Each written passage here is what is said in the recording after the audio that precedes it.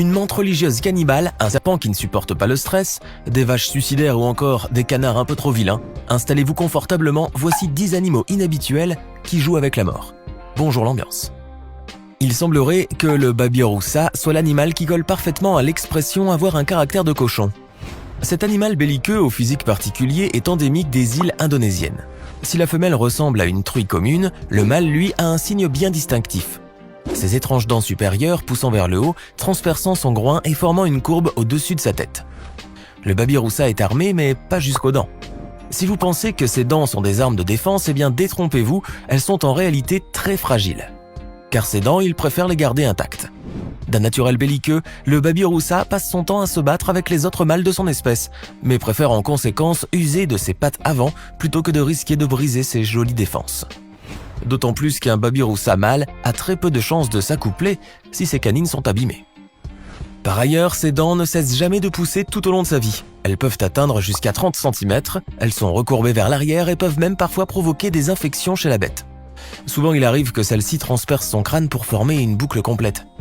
Si à l'heure actuelle, aucune étude n'est arrivée à démontrer la véritable utilité de ces dents, ce qui est certain, c'est qu'elles semblent avoir la fonction de vouloir tuer cet animal à petit feu.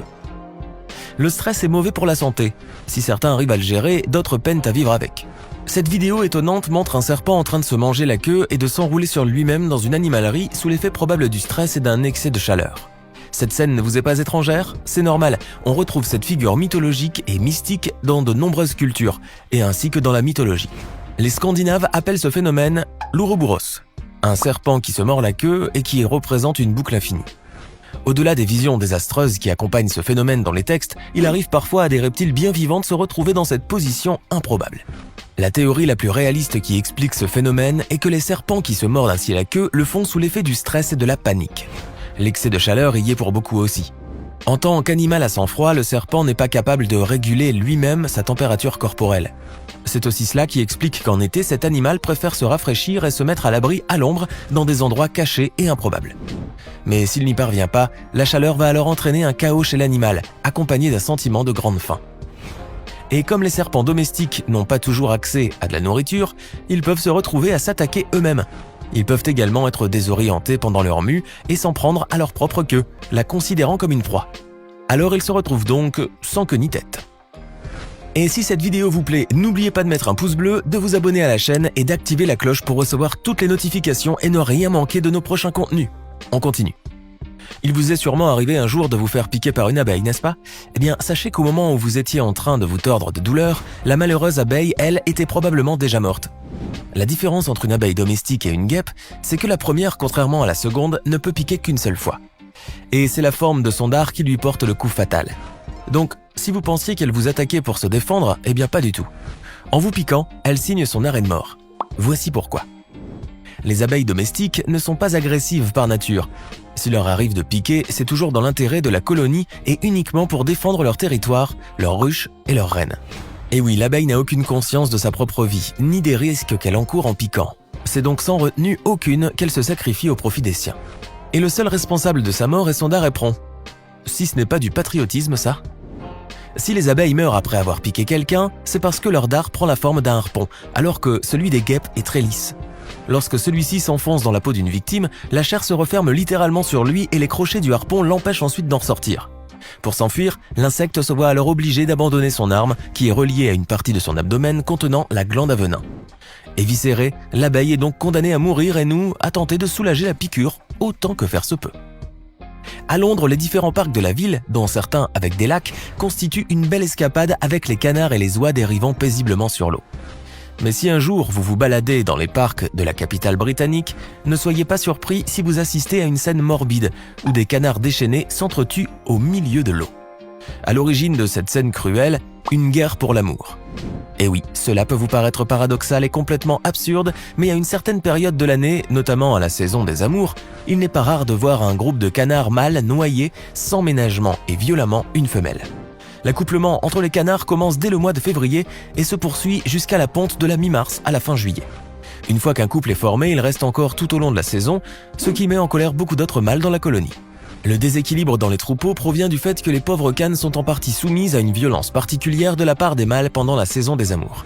Les mâles seuls continuent de chercher une partenaire et la seule façon d'y parvenir est de briser les couples et de détacher l'une des femelles de son conjoint. Comme chez les autres espèces animales, les mâles se disputeront alors l'attention de la femelle. Et si son partenaire n'est pas assez costaud pour le repousser, eh bien c'est la femelle qui va devoir accuser les coups. La cane peut également être tuée lorsque les mâles se battent pour elle, puisqu'elle se retrouve souvent noyée à cause des batailles. Il est difficile d'imaginer une pratique aussi horrible parmi ces oiseaux d'apparence si douce, n'est-ce pas ? Des vaches qui se jettent du haut d'une falaise, ça n'a rien de commun et c'est vachement incroyable. En 2017, 13 veaux se sont jetés d'une falaise vertigineuse au Levron, en Suisse, après avoir cassé la clôture de leur parc. Le drame s'est déroulé au milieu de la nuit sur les hauts de la commune de Volège. Les veaux ont cassé plusieurs fils entourant des parcs avant de se retrouver sur l'arête de la falaise. Ils se sont ensuite lancés dans le vide comme s'ils avaient été poussés. 12 d'entre eux sont morts sur le coup et un 13e a été blessé et transféré à la clinique pour animaux de Berne. Il est très certainement tombé sur les autres, ce qui a amorti sa chute. La falaise était haute de plusieurs dizaines de mètres et aboutissant sur un parterre de pierres lisses qui ne laisse aucune chance à celui qui tombe dessus. Les bêtes qui appartiennent à plusieurs propriétaires se trouvaient dans l'exploitation d'un couple. Depuis que la nouvelle s'est répandue dans le village, tout le monde a tenté de trouver ce qui a poussé les veaux à se jeter dans le vide. Sachant que les vaches, contrairement aux moutons, ne sont pas des animaux qui se suivent. Lorsqu'elles sentent qu'elles sont en danger, elles ont tendance à se disperser. Le comportement des veaux a donc été provoqué. Le fait qu'ils aient cassé les fils à plusieurs endroits laisse croire qu'ils ont été certainement poursuivis par un animal, soit par un chien ou soit par un loup. D'ailleurs, dans la région, plusieurs rumeurs laissent entendre que 2 loups exploitent les harlages dans la vallée voisine. Cependant, aucun indice n'a permis de confirmer cette hypothèse ni de confirmer l'identité de l'agresseur. D'autant plus que les victimes ne portaient pas de traces d'agression, comme des griffures ou des morsures. Autre fait étonnant, c'est que le présumé agresseur a poursuivi ses proies, mais n'en a pas profité une fois celle-ci tuée. Le mystère reste donc entier. Il fait partie des petits êtres fragiles qui ne supportent pas le stress, comme nous l'avons mentionné avec le serpent plus tôt dans cette vidéo. Cette fois, nous parlerons des oiseaux. Quelle que soit la raison, maladie, nourriture incommodante, hygiène douteuse, etc., l'oiseau subit et perçoit très sensiblement toute modification dans ses habitudes, et cela a des effets néfastes sur son organisme dont les 3/4 du temps s'expriment par un grand stress. Ce dernier a diverses sources et provoque des réactions qui peuvent mener l'oiseau jusqu'à la mort. Chez les perruches en particulier, ce phénomène n'est malheureusement pas rare. Les perruches sont particulièrement vulnérables au stress et l'endurent moins bien que les autres oiseaux. Lorsque les perruches sont stressées, elles libèrent une grande quantité d'adrénaline dans leur circulation sanguine. Par conséquent, cette adrénaline augmente la pression artérielle, vide l'apport de sucre dans le sang et dilate ensuite les vaisseaux des muscles. Un niveau ou une fréquence de stress élevée entraîne l'épuisement des glandes surrénales, provoquant la mort soudaine de l'oiseau dans certains cas. Dès lors que nous évoquons la menthe religieuse, vous pensez automatiquement à cet insecte vicieux qui possède la sinistre réputation de cannibale. Elle est en effet connue pour dévorer son compagnon après l'accouplement. Ce n'est pas très catholique, il faut le reconnaître. Mais cela semble en fait plus compliqué que ça en a l'air, car le phénomène n'est pas forcément systématique. Cet insecte originaire d'Afrique est parfois surnommé « tigre de l'herbe », tant il est vorace, et que son alimentation particulière le distingue des autres insectes. En effet, la menthe religieuse se nourrit surtout d'insectes vivants, quelquefois plus gros qu'elle. Ses mets favoris sont les criquets, les abeilles, les papillons et même certains petits oiseaux. Comme nous venons de le dire, la menthe religieuse est vorace. Et contrairement à ce que beaucoup peuvent croire, elle peut aussi bien manger les mâles que les femelles de son espèce. Le fait est que dans un but de survie, lorsque la nourriture se fait rare à proximité, la femelle va dévorer le mâle durant ou après la copulation. Cela lui donnera assez de protéines pour porter ses œufs, ce qui lui permettra ensuite d'avoir ses petits dans les meilleures conditions possibles. Mais là encore, ce n'est pas systématique. Des fois, il ne se passe rien, tout le monde rentre chez soi et la fête est finie. Celle qui est aussi assimilée à la veuve noire peut donc engloutir son partenaire d'une façon quasi systématique. Bien que dans la nature, cela est bien plus rare, puisque la nourriture est plus abondante. En Scandinavie, un phénomène étrange se produit depuis quelques années. Les lemmings, des petits rongeurs, ont tendance à envahir la toundra tous les 5 à 10 ans. S'ensuit une véritable explosion démographique, puis ces animaux disparaissent subitement. Dans les rivières et sur les bords des lacs, ou encore sur les routes, les habitants retrouvent des centaines de cadavres de lemmings. Si certains pensent qu'ils sont poussés par des pulsions suicidaires, d'autres pensent que les lemmings sont capturés et tués par leurs prédateurs, tels que l'hermine, le renard polaire, la chouette arfang ou encore l'oiseau de mer, le labe.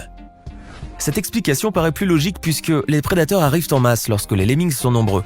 D'autres scientifiques avancent quant à eux que lorsque la pression démographique devient excessive, les lemmings qui sont poussés par le besoin de trouver un nouvel habitat peuvent migrer par grandes vagues.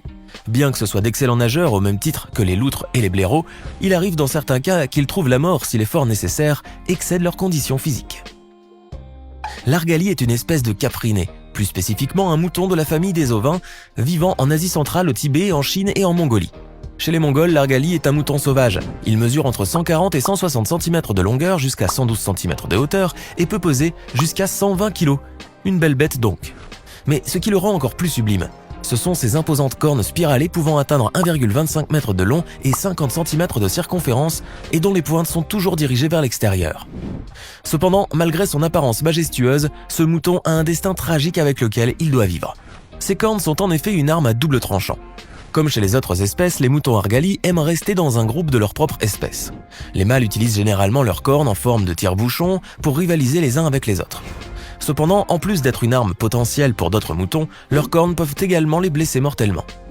Lorsque vous les regardez de plus près, à mesure que les moutons vieillissent et que les cornes grossissent, celles-ci peuvent éventuellement percer leurs joues. Ce qui fait que, très souvent, les moutons meurent à cause de leurs propres cornes. Celles qui leur servent initialement d'armes pour se protéger deviennent à la fin de leur vie leur plus grande menace. Alors que pensez-vous de ces 10 animaux inhabituels? Pensiez-vous qu'il était possible que des bêtes puissent se tuer elles-mêmes?